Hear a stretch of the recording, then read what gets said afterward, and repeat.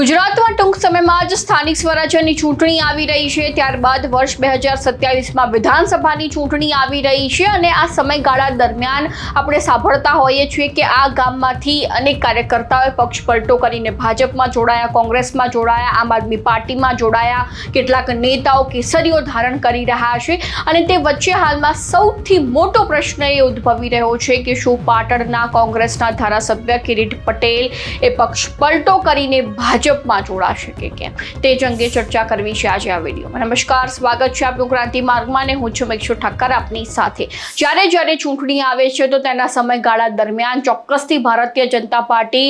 Mission કમળ અંતર્ગત મોટા કાર્યકર્તાઓ હોય એટલે મોટી સંખ્યામાં કાર્યકર્તાઓ અને નેતાઓનો પક્ષ પલટો કરાવતી હોય છે। જ્યારે વર્ષ 2022ની વિધાનસભાની ચૂંટણી હતી તે સમય દરમિયાન પણ એવી જ સ્થિતિ હતી અને હવે ક્યાંક ને ક્યાંક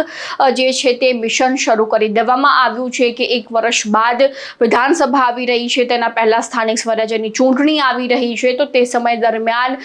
જે વિપક્ષના કાર્યકર્તાઓ કે નેતાઓ હોય તે ચોક્કસથી ભારતીય જનતા પાર્ટીમાં જોડાતા હોય છે અને હાલમાં જો વિપક્ષની ભૂમિકાની ગુજરાતમાં વાત કરવામાં આવે તો આપણને બધાને ખબર છે કે વિપક્ષની ભૂમિકા કેટલી નબળી ગુજરાતમાં જોવા મળી રહી છે અને બીજી બાજુ સત્તા પક્ષમાં સૌથી વધુ એવા નેતાઓ જોવા મળી રહ્યા છે, તેમની બહુમતી જોવા મળી રહી છે। કોંગ્રેસના ઘણા ખરા નેતાઓ જે છે તે મોટા ભાગે ભાજપમાં જોડાઈ ચૂક્યા છે અને તે વચ્ચે હવે જ્યારે 10થી 12 ધારાસભ્યો જે કોંગ્રેસમાં વધ્યા ઘટ્યા છે તો તેમને લઈને પણ પ્રશ્ન ઉઠી રહ્યો છે કે શું હવે ભારતીય જનતા પાર્ટી આ પણ ધારાસભ્યોને ઉઠાઈને લઈ જશે મિશન કમળ અંતર્ગત કે શું। અને તે વચ્ચે જો હર્ષ સંઘવીની વાત કરવામાં આવે તો તેઓ ગઈકાલે પાટણ ખાતે જે છે તે એક નવા બસ સ્ટેન્ડના ઉદ્ઘાટન માટે પહોંચ્યા હતા અને તે સમય દરમિયાન આ કાર્યક્રમમાં કોંગ્રેસના જે ધારાસભ્ય છે કિરીટ પટેલ તે પણ જોડાયા હતા। હર્ષ સંઘવી જ્યાં ઉપસ્થિત હતા ત્યાં પણ કિરીટ પટેલ ઉપસ્થિત હતા અને તેમના દ્વારા શું જણાવવામાં આવ્યું જ્યારે મોટા ભાગની મેદની ઉમટી હતી અને હર્ષ સંઘવીએ કિરીટ પટેલને લઈને એક મોટું નિવેદન આપ્યું। સાંભળી લો પહેલા હર્ષ સંઘવીએ શું કહ્યું। કિરીટભાઈ અમારે અહીંયા બેઠા છે,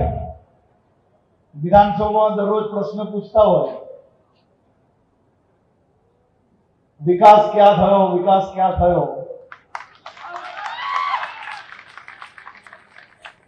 કિરીટભાઈ મારા મિત્ર છે, સારા માણસ છે, પણ મેં કહ્યું કે આજે બસ કોર્ટના આ લોકાર્પણમાં ચાલો અમારી જોડે અને જુઓ કે વિકાસ આપણો કેવો થઈ રહ્યો છે। પણ એ બી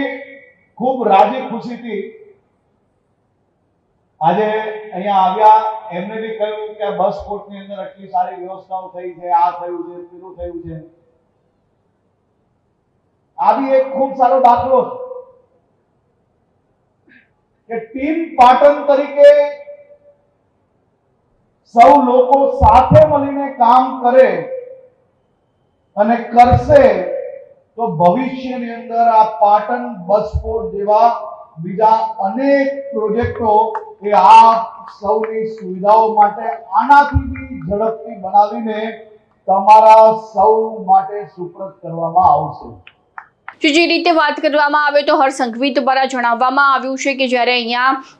નવા બસ સ્ટેન્ડના ઉદ્ઘાટનમાં કિરીટ પટેલ પણ ઉપસ્થિત છે, જે વિધાનસભામાં અમારી સામે પ્રશ્નોત્તરી કરતા હોય છે, પરંતુ તે ખૂબ સારા માણસ છે, સારા મિત્રો છે, અમે જોડે ચા પાણી પણ કરીએ છીએ। એટલે કે હવે ક્યાંક ને ક્યાંક એ ચર્ચાઓ શરૂ થઈ ચૂકી છે કે શું હવે કિરીટ પટેલ પણ ભારતીય જનતા પાર્ટીમાં જોડાવાના છે કે કેમ। અને અમે આ અંતર્ગત જ્યારે કિરીટ પટેલ સાથે વાત કરી તો તેમના દ્વારા જણાવવામાં આવ્યું કે આ માત્ર એક નિવેદન હતું અને હું અને હર્ષ સંઘવીએ ઘણા સમય થી જે છે તે એકબીજાને ઓળખીએ છીએ, ચા પાણી પણ કરતા હોઈએ છીએ। એનો મતલબ એ નથી કે અમે ભારતીય જનતા પાર્ટીમાં હું જોડાઈ જઈશ। તો હવે જોવું રહ્યું, સમય જ બતાવશે કે કિરીટ પટેલ પક્ષ પલટો કરે છે કે કેમ, કારણ કે આપણે ભૂતકાળમાં એવા ઘણા અનુભવો જોયેલા છે જેમાં પહેલા વિપક્ષના નેતાઓ પ્રહાર કરતા હોય છે, આ વાતોને ખોટી ગણાવતા હોય છે, પરંતુ ત્યારબાદ કેસરીઓ ધારણ ચોક્કસથી કરી લેતા હોય છે। તો આ મુદ્દા અંગે તમારું શું કહેવું છે અને તમને શું લાગી રહ્યું છે કે કિરીટ પટેલ એ ભાજપમાં જોડાશે કે કેમ, ચોક્કસથી અમારા કોમેન્ટ બોક્સમાં જણાવી દેજો અને ખાસ ક્રાંતિ માર્ગને સબસ્ક્રાઇબ કરવાનું ભૂલતા નહીં।